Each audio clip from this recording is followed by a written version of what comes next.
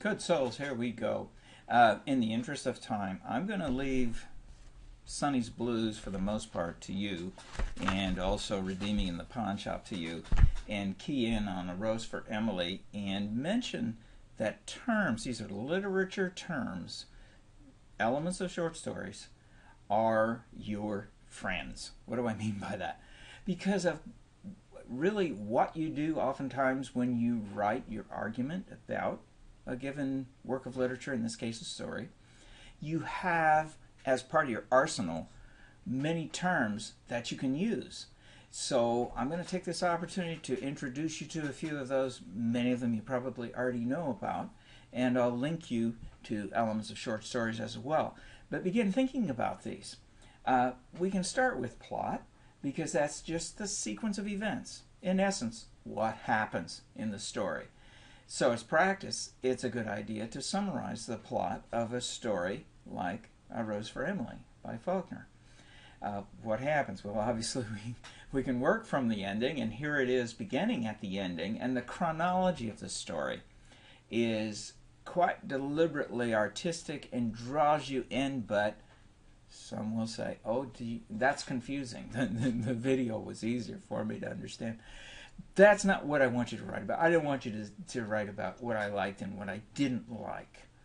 That's really not the issue, because you're showing the power of your mind and your insights into a story like this. And believe me, yours are unique. So plot is what takes place, and a summary of it is important. We know that it ends with, of course, the death of Emily, the fallen monument, Homer Barron being sort of enshrined, lying in her bed, the corpse of Homer. She held on to him.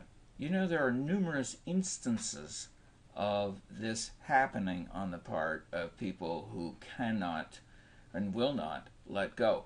And this seems to be symptomatic of Miss Emily, who, I mean, we can make the case, and you can make the case, certainly, that she was in a sense abused, because she was so protected, and of course her father drove off the suitors, and she was so sheltered, as was pretty typical of the Southern Belle, to the point where she's not really allowed.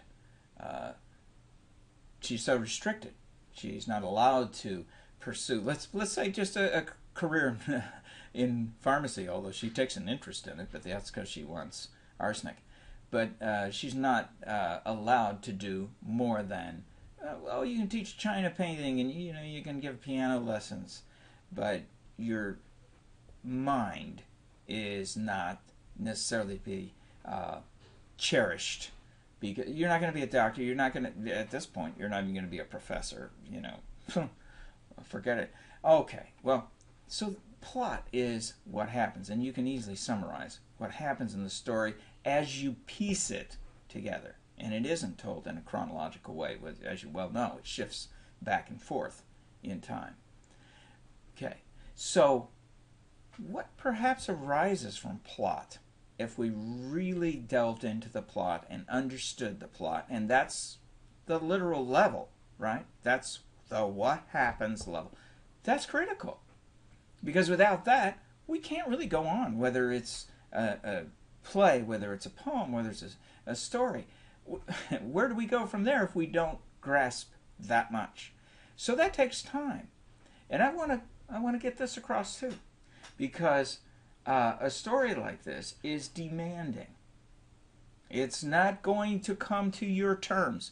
You have to make the concession to appreciate the work of art on its terms. Worth it, very much. Yeah, I used to accompany lots of folks on trips up to museums, various spots like San Francisco and Los Angeles. Invariably, the comment would come out, well, I don't like that painting, or I don't like that work of art because it's modern art. I don't care for that, or I don't do that, and so on. I mean, whatever it is, pick your example. But I'm going to say, wait a minute. It's up to us to do our best to wrap our heads around and appreciate the Faulkner style, which is very involved, involuted, convoluted, rhythmic prose, right? Periodic prose is sometimes called. Sometimes a sentence will go on and on. Well, if you read a book like As I Lay Dying by Faulkner for pages. So this can be a challenge. But that's where we need to open ourselves up to the possibilities of the aesthetic appreciation of the work of art. Maybe, yeah, we read a story by Raymond Carver, right? And Raymond Carver is very sparing in his prose, very clipped and direct, beautiful and powerful. I mean, if you watch Birdman, you can see Raymond Carver showcased, and you're going to be reading The Cathedral by Raymond Carver fairly soon. Well, the style, like, as does Hemingway's, Faulkner's contemporary, it's going to contrast. Again, I'm going to say, well, wait a minute, you can appreciate both. You know, just as you can appreciate all kinds of different forms of aesthetic pleasure. You can derive that aesthetic pleasure, right? So it's the appreciation or love of what is beautiful. Well, talk about beautiful. Look at this paragraph. Big, squarish frame house that had once been white, decorated with cupolas and spires and scrolled balconies in the heavily lightsome style of the 1870s, set on what had once been our most select street, but garages and cotton gins had encroached and obliterated even the august names of that neighborhood. Only Miss Emily's house was left, lifting its stubborn and coquettish decay above the cotton wagons and the gasoline pumps, an eyesore among eyesores. So there you have really the march of the industrialized world coming in, but this stubborn mansion still projecting, still in evidence, just as Miss Emily in her tradition is still there.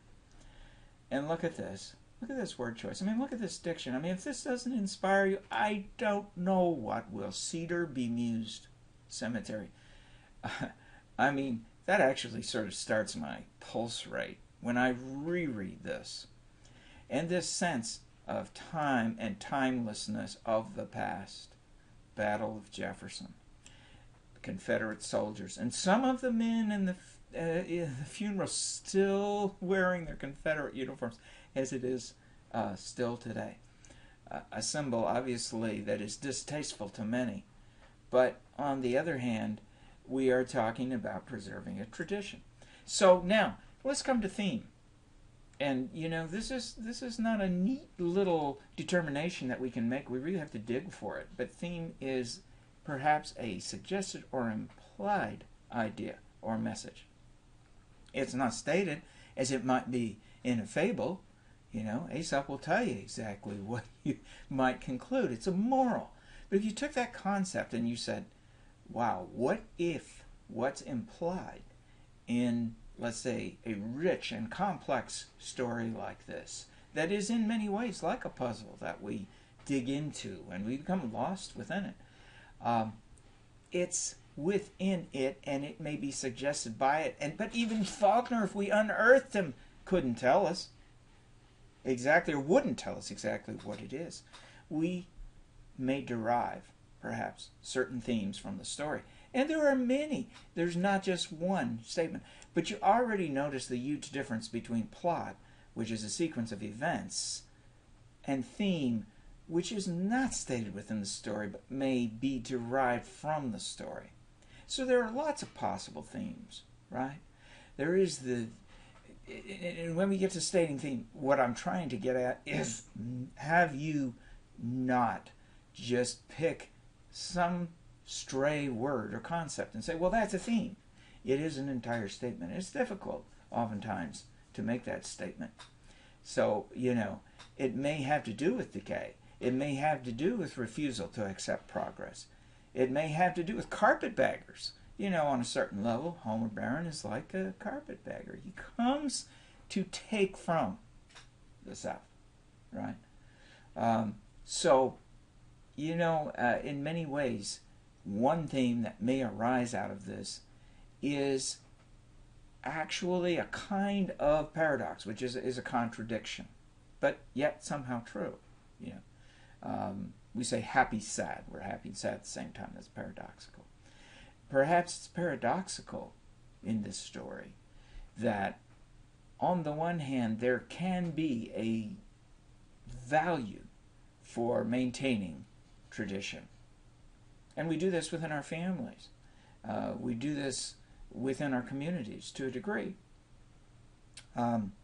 It has to do with, the old house stubbornly remaining, but it also has to do a lot with cherishing the background, the predecessors. We didn't come to be the way we are on our own.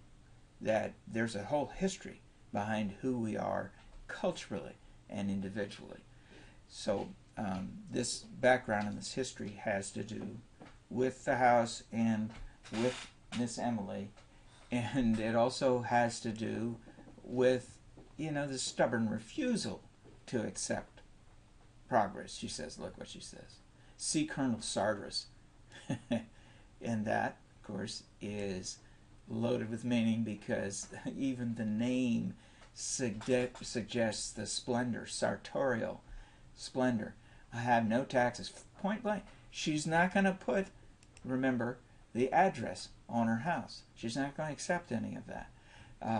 Why? She's refusing to accept the possibility of change. So there is perhaps part of the theme that those who refuse to accept the inevitability of at least some degree of change and progress are condemned to a form of living with decay, with death. On the other hand, there's another side to this, right? There are the carpetbaggers who come in and basically reap their benefits and take from the Old South. We've talked about rape in, metaphorically, the Old South. So this is the way of the Old South. This French word, noblesse oblige. That is, we are obligated to take care of others. So Emily is lapsing into, obviously, insanity, and there is Homer Barron, a Yankee, big, dark, ready man, big voiced, eyes lighter than his face. And of course, he is partly victim and partly exploiter here, isn't he? So we get to this other part of at least a theme of the story, that those who represent rampant progress, progress without regard for the institutions, the ways and the traditions of the past, are equally wrong in a sense, because that is also leading down a path of destruction, and we can see that. So there is this kind of ambiguity which is in the story, built in within the story, where we're just led to wonder what the right position is. We talk about symbol too. Now, we'll talk more about this, but this story is rich in the potential of symbolism, and the rose itself has symbolic suggestions to it, doesn't it? This story is rich on many, many levels, psychological among them, right? And you can dig into that very deeply, and just the language itself, just the word choice itself, the rhythms of the prose, which are so complex, varied, and incredibly rich, as a mystery story, as a detective story. So we've got plot, we've got setting. Setting, of course, is the time, place, atmosphere of the story. Is that important? Could you write a whole paper about that? I know you're doing it in comparison contrast, but I just want to suggest to you that any of these terms can also fit within the purview of that. And we'll talk more about that a little bit later. So, Emily, her decay, the ruin, the house, the incredible power of the story. And it's not just a story that is about a kind of gothic event. There are lots and lots of very popular novels made into movies and so on that have a gothic tinge to them. But this has something else. It has the beauty, power of literature, and that wonderful, powerful mystery surrounding it. So we have plot, we have point of view, this point of view of the story. And it's interesting because this story is told from multiple points of view in a way, isn't it? But primarily from the implied point of view of the townspeople. It mentions we very, very often, almost like a Greek chorus, right? So a unique point of view from distance, which makes Miss Emily into a sympathetic character. At the same time, she certainly has her horrifically decayed and demented side to her. So there she is, what she became. A small, fat woman in black, thin gold chain descending to her waist, vanishing into her belt, leaning on an ebony cane.